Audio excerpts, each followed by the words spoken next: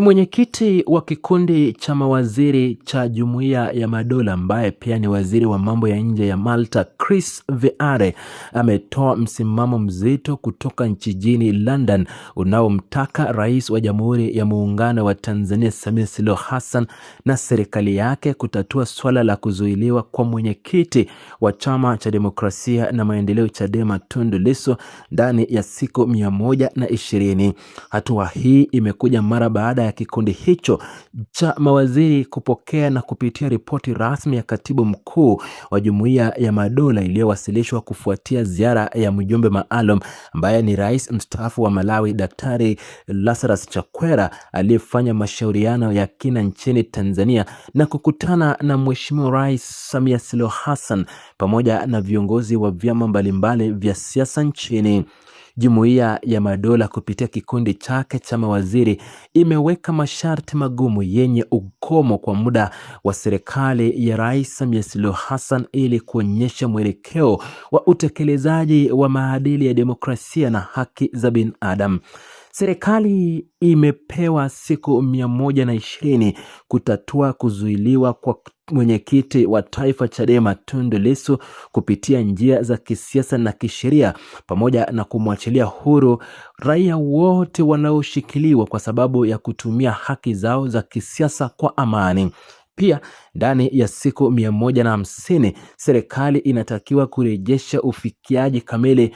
wa mifumo yote ya kidijitali pamoja na mitandao ya kijamii na kusitisha vitisho dhidi ya vyombo vya habari nchini. Zaidi ya hayo, ndani ya siku 190 serikali inatakiwa kuitisha jukwaa la mashauriano linaloshirikisha vyama vyote vya siasa likiwa na uwezeshaji usio na pendeleo ili kujadili mageuzi ya mfumo wa uchaguzi, masuala ya mahabusu na wajibikaji, huku serikali ikitakiwa pia kuanzisha uchunguzi huru wa jinai ili kuwajibisha waliohusika na vurugu na kuwafidia waathiriwa wa maandamano na vilevile yale yaliyotokea kwenye uchaguzi mkuu uliopita wa mwaka wa 2025. Katika hayo, bunge la Ulaya nalo limeingia kati kwa kuweka shinikizo kubwa dhidi ya utawala wa Rais Samia Suluhu Hassan likitaka urudishwaji wa haraka wa misingi ya demokrasia na utawala wa sheria nchini Tanzania. Wabunge wa bunge la Ulaya wameeleza wasiwasi wao mkubwa juu ya mwenendo wa kunyimwa kwa uhuru wa kukusanywa ama kukusanyika, kufungwa kwa fursa ya kisiasa kwa vyama vya upinzani na hatua za kuzuia matumizi huru ya interneti na mitandao ya kijamii nchini. Msimamo huo wa bunge la Ulaya unasisitiza kuwa ushirikiano wa kiuchumi na kimaendeleo kati ya Umoja wa Ulaya na serikali ya Tanzania unategemea kwa kiasi kikubwa jinsi serikali ya Rais Samia Suluhu Hassan itakavyoshughulikia masuala ya haki za binadamu, kutoa uhuru wa kujieleza na kuhakikisha kuwa viongozi wa upinzani kama Tundu Lissu wanapata haki zao kikamilifu bila kuingiliwa na shinikizo la kisiasa.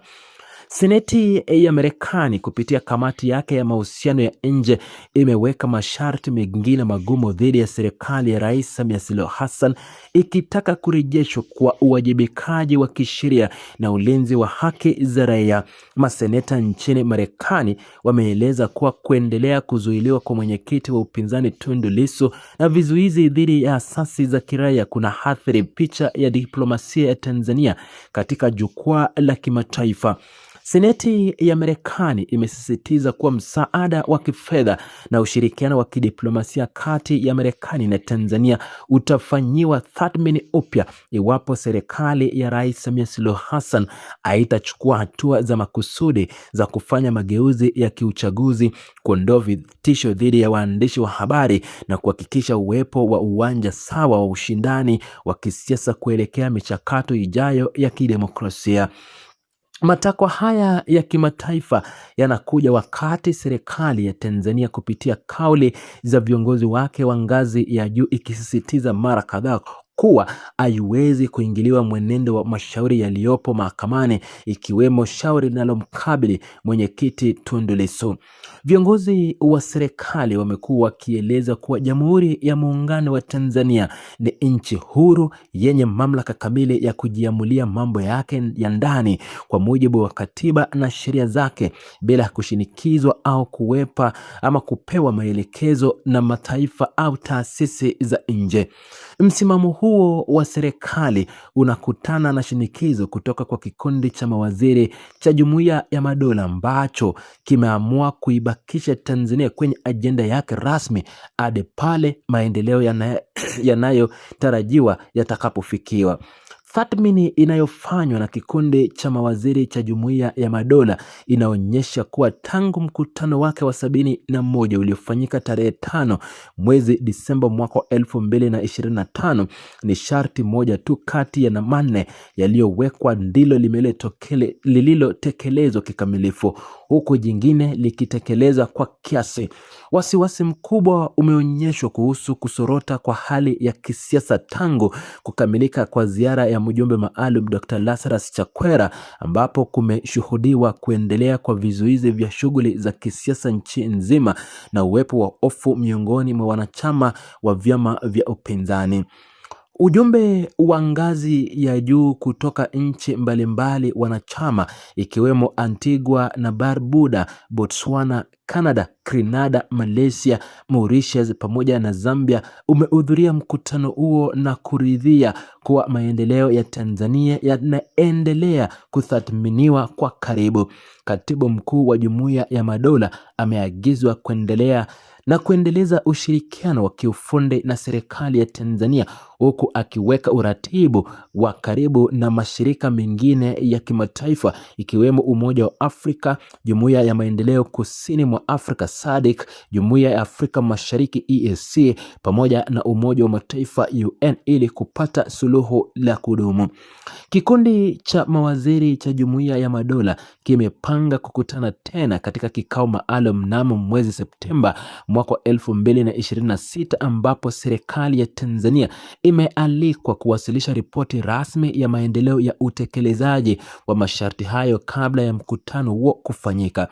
Mikutano mingine ya maamuzi imepangwa kufanyika mnamo mwezi Novemba mwaka 2026, ambapo Jumuiya ya Madola itafikiria kuchukua hatua zaidi za kidiplomasia kwa kiasi iwapo hawatakuwa na maendeleo yoyote yanayoridhisha yatakavyowasilishwa na serikali ya Tanzania kuhusu masuala hayo yaliyobainishwa.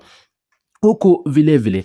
Seneti ya Marekani imetathmini pia kusidisha msaada lekea maendeleo, na serikali ya Tanzania vilevile bunge la Ulaya linafanya tathmini upya ya kukusanya na kuweka vikwazo vya usafiri na vilevile viongozi wa Tanzania wa ngazi za juu ambao wako na mali katika Jumuiya ya Madola, bunge za Ulaya na United Nation ama African United Nation, ili kuweka shinikizo zaidi ndani ya serikali ya Samia Suluhu Hassan.